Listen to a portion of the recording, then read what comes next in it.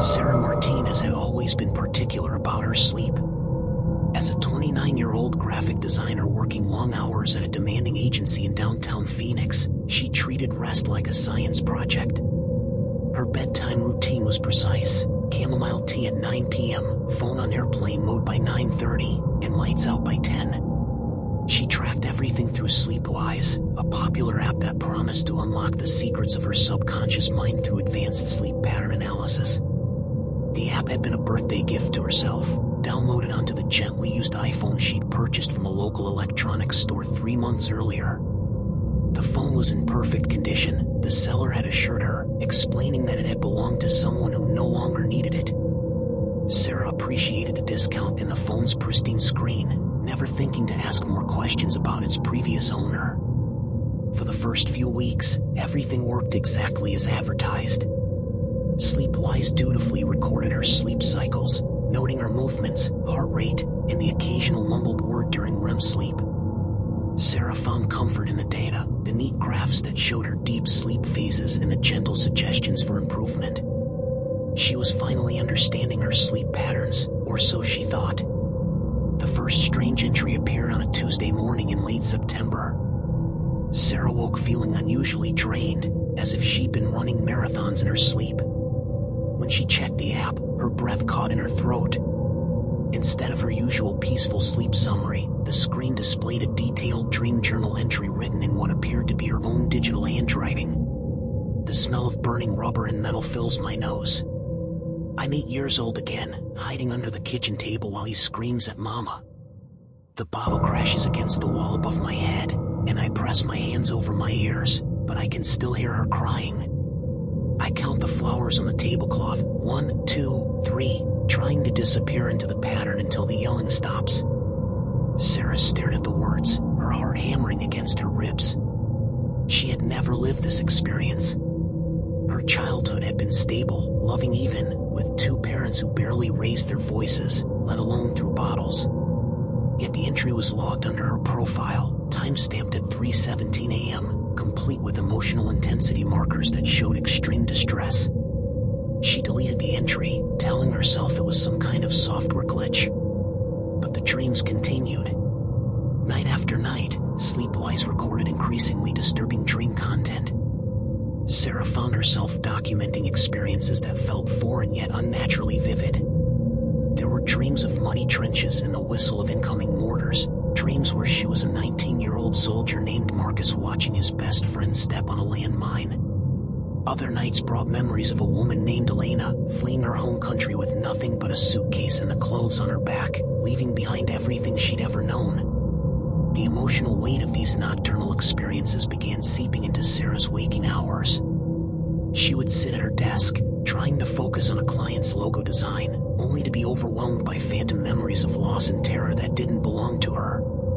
The taste of fear would coat her tongue, metallic and sharp, while images of places she'd never been flickered behind her eyes like a broken film reel. Her friends noticed the change immediately. Maria, her college roommate and closest confidant, cornered her during their weekly coffee date at their usual downtown cafe. "You look like you haven't slept in weeks," Maria observed, studying Sarah's hollow eyes and the way she jumped at the sound of the espresso machine. "And you're different somehow." "Sadder." Sarah wanted to explain, but how could she describe dreams that felt more real than her actual memories? How could she tell Maria that she woke up some mornings with tears on her cheeks, grieving for people she'd never met, mourning losses that weren't her own? The breaking point came on a particularly brutal night in October. Sarah woke up screaming, her sheets soaked with sweat, her heart racing as if she'd been running for her life. The dream had been different this time, more personal, more intimate in its horror. She had been a young woman standing on the edge of a bridge, looking down at the dark water below, feeling a crushing weight of despair that made breathing impossible. With trembling hands, Sarah reached for her phone to check the app, though part of her already knew what she would find. The dream journal entry was longer this time, written in first person as if she had lived every moment. "I can't carry these memories anymore. The war took everything from me, my friends, my peace, my ability to sleep without seeing their faces. Every night is the same nightmare. Every day is just waiting for darkness to fall again. The pills don't help. The therapy doesn't help. I'm tired of being afraid of my own mind. The water looks peaceful from up here. Maybe peace is all I have left to find. Sarah's phone slipped from her numb fingers, clattering onto the hardwood floor. She sat there in the darkness, understanding with terrible clarity that she had just experienced someone else's final moments, someone else's decision to end their unbearable pain. The next morning, Sarah found herself at the electronics store where she'd bought her phone.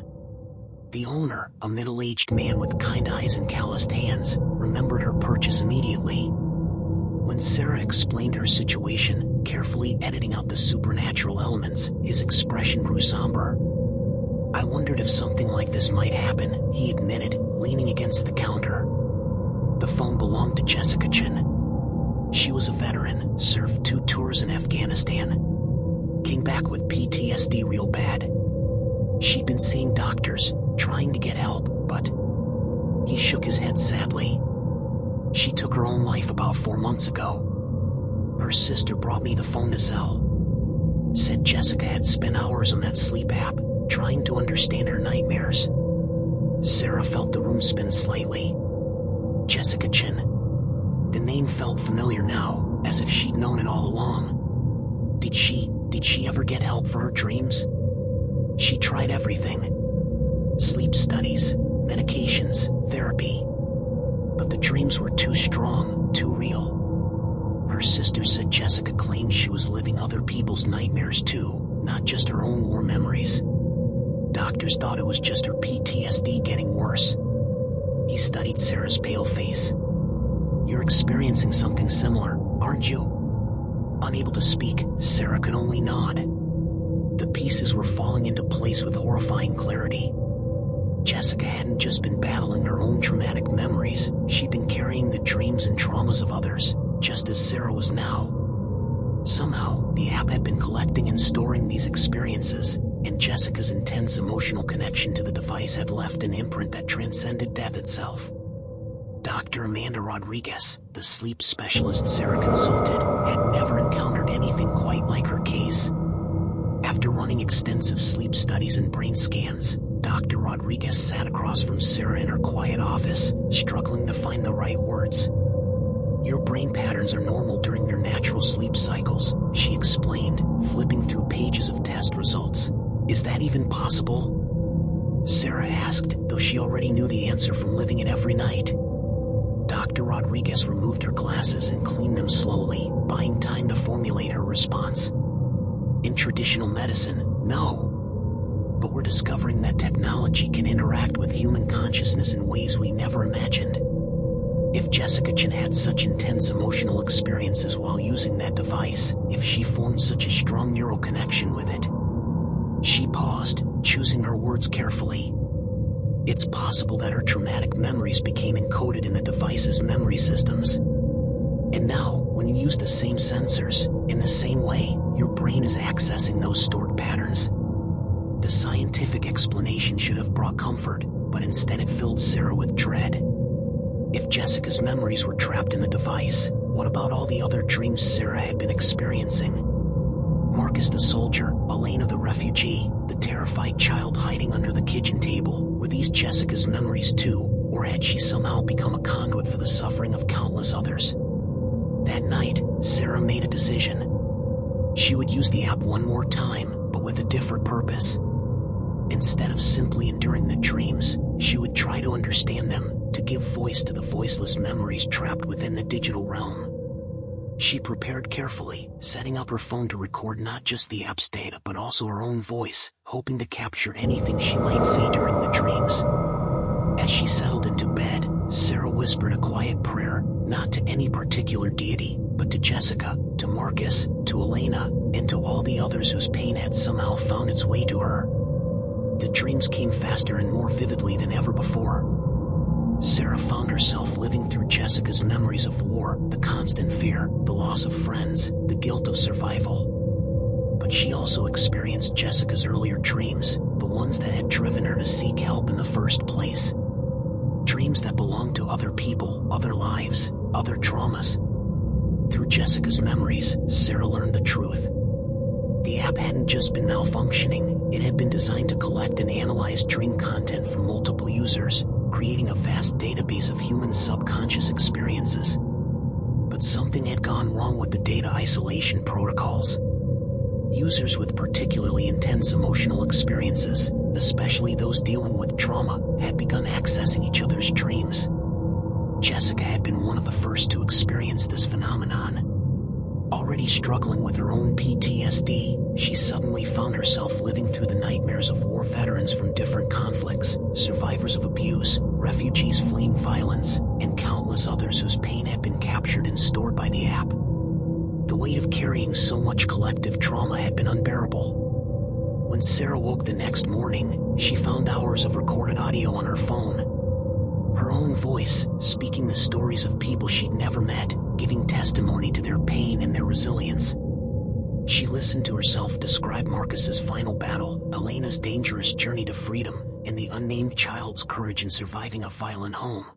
But most heartbreaking of all was hearing herself speak in Jessica's voice, sharing the veterans' final thoughts. I tried to carry their stories with honor, but the weight became too much.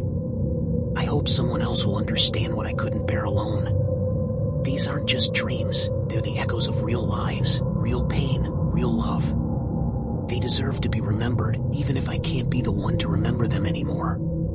Sarah spent the following weeks researching the app's development company, discovering that Sleepwise had been quietly recalled after reports of severe psychological distress among users. The company had issued vague statements about technical difficulties and data privacy concerns, but never acknowledged the true nature of the problem. With Dr. Rodriguez's help, Sarah began working with trauma counselors and technology experts to document her experiences. They hoped to understand not just the technical failure that had created this situation, but also the profound questions it raised about human consciousness, memory, and the ways technology could amplify our deepest vulnerabilities.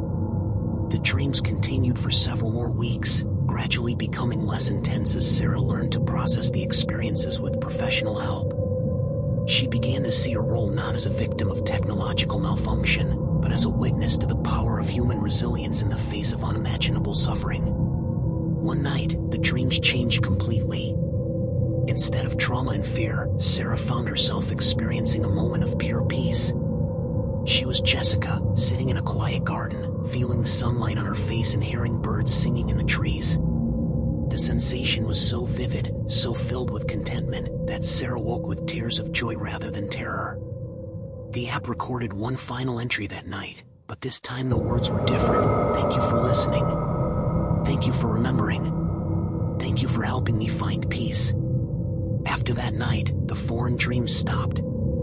Sarah's sleep returned to normal, her own peaceful patterns resuming their regular rhythm. But she never forgot the month when she carried the dreams of others, when technology had somehow made her a keeper of memories that transcended individual experience.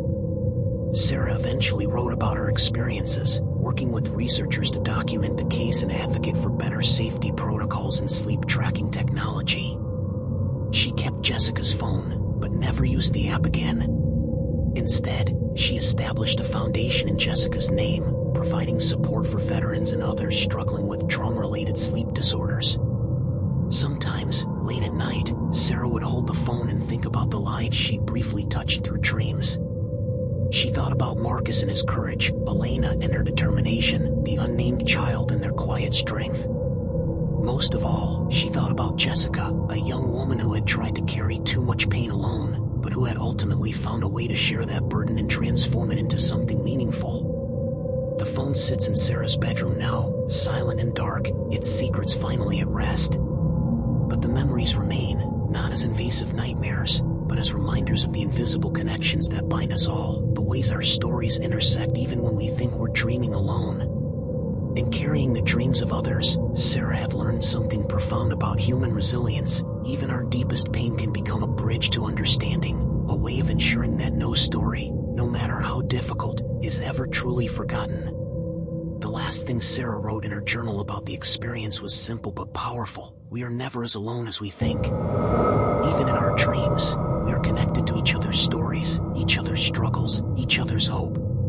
Jessica taught me that technology Technology can amplify our pain, but it can also amplify our capacity for healing, if we're brave enough to listen with open hearts.